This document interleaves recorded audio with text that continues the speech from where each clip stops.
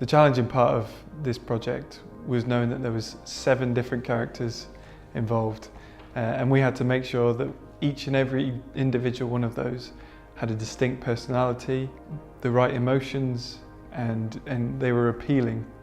So right from the start we created a character profile for each character, and that included a character study, and these were sort of animation tests. So it was a scenario where a dummy would pop up and we animated each character in that scenario and how they would react in that situation. And that drove the other animators' style and performance, and also the mocap actors in their movements.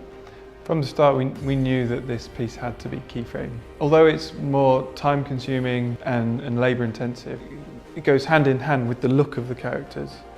They're characterised, they're full of character, so we made sure that using keyframe animation we could accentuate that style in the characters with their movements.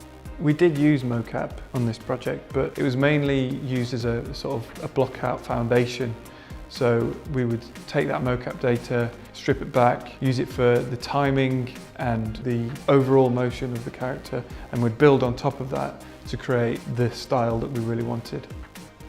I mean, ultimately these characters in this game are gods. They don't move like normal people, so that's where keyframe animation really comes into its own. So once we've got the storyboard in place, the animators work closely with the directors to develop what we call an animatic. This is just very basic characters in the 3D environment, establishing the types of shots that we're aiming for, the camera moves, and sort of start to really develop the narrative.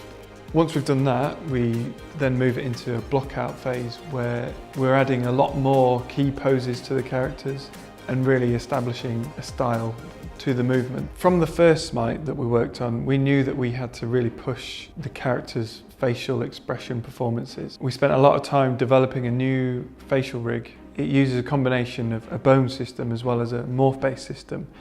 We had the ability to, we started off with proxy rigs in animation, so that made it really easy and the feedback was really quick, so you could get down your solid foundations for your animation.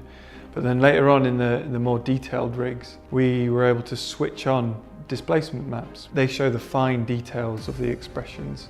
So instead of having to wait for renders, which can take a long time, we've got instant feedback of the facial expressions. So once we'd established the narrative, we knew that Bologna was our key hero to this piece. We worked with an actress, Jodie. We had a full day shoot working with her. She really got into character, and her performance, all of that footage, was just such good reference for the animators. It gives you those fine details, the tiny eye flickers when she takes a deep breath in, and it just really adds that extra level of detail. So for me as a character animator, filming your own reference is key. Not only do you get the visual reference, but you get that emotional reference as well. My favourite shot was when Sun Wukong gets hit in the back and crashes to camera. And when I was filming that reference, I just remember over and over imagining being smashed in the back and just screaming towards camera, just full of rage.